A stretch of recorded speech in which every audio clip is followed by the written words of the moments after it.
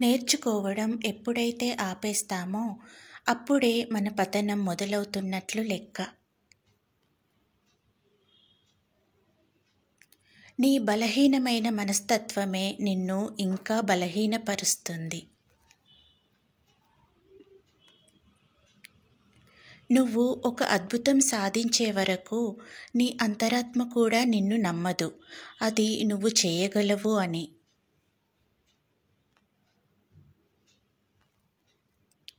జీవితం సైకిల్ ప్రయాణం లాంటిది. అదుపు తప్పకుండా ఉండాలంటే తొక్కుతూనే ఉండాలి.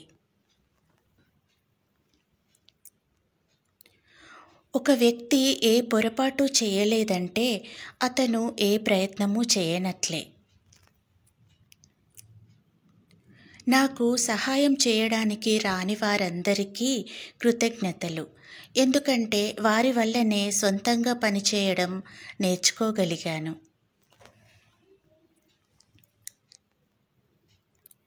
మీరు చేసే పని అద్భుతంగా ఉండాలంటే చేస్తున్న పనిని ప్రేమించాలి.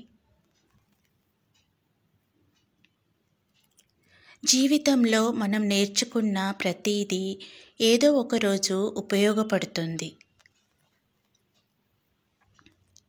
ఉన్నత వ్యక్తిత్వం ఉంటే శత్రువు కూడా నిన్ను చూసి తలదించుకుంటాడు. నీ సమస్యలకు పరిష్కారం దొరికింది అంటే ఆ భగవంతుడు నిన్ను విన్నాడని అర్థం. నీ హద్దులు ఏంటో నీకు తెలిసినప్పుడు మాత్రమే నువ్వు వాటిని దాటగలవు. తెలివితేటలు లేనివారు కూడా అర్థం చేసుకోగలరు, మనం చెప్పే విషయం సరిగ్గా ఉంటే.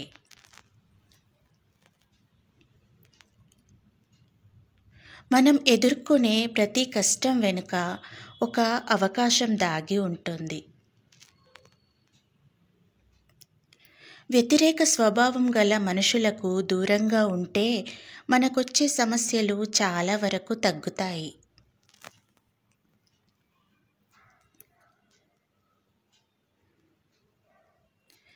తెలివైన వారు సమస్యలను పరిష్కరిస్తారు. మేధావులు అసలు సమస్యలు రాకుండా ఆపుతారు.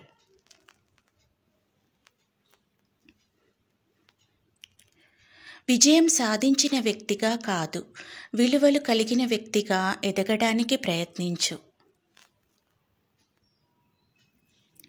నీ ఆలోచన విధానం వల్ల వచ్చే సమస్యలకు పరిష్కారాలు ఎప్పటికీ దొరకవు. ముందు నీ ఆలోచన విధానం మారాలి. పిచ్చితనం అంటే ప్రతిసారి చేసిందే చేస్తూ భిన్నమైన ఫలితాలు ఆశించటం. మీరు సంతోషకరమైన జీవితాన్ని గడపాలనుకుంటే దానిని వ్యక్తులతో లేదా వస్తువులతో కాకుండా ఒక లక్ష్యంతో ముడిపెట్టండి. విద్య అనేది నిజాలు తెలుసుకోవడానికే కాదు, ఎలా ఆలోచించాలి అని మెదడుకు ట్రైనింగ్ ఇచ్చేది కూడా.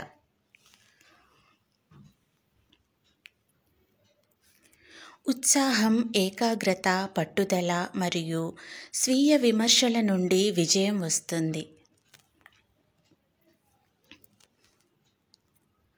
అద్భుతాల కోసం వేచి చూడకండి, మీ జీవితమే ఒక అద్భుతం. నా వీడియో మీకు నచ్చితే ప్లీజ్ సబ్స్క్రైబ్ చేసుకోండి. Thank you for watching.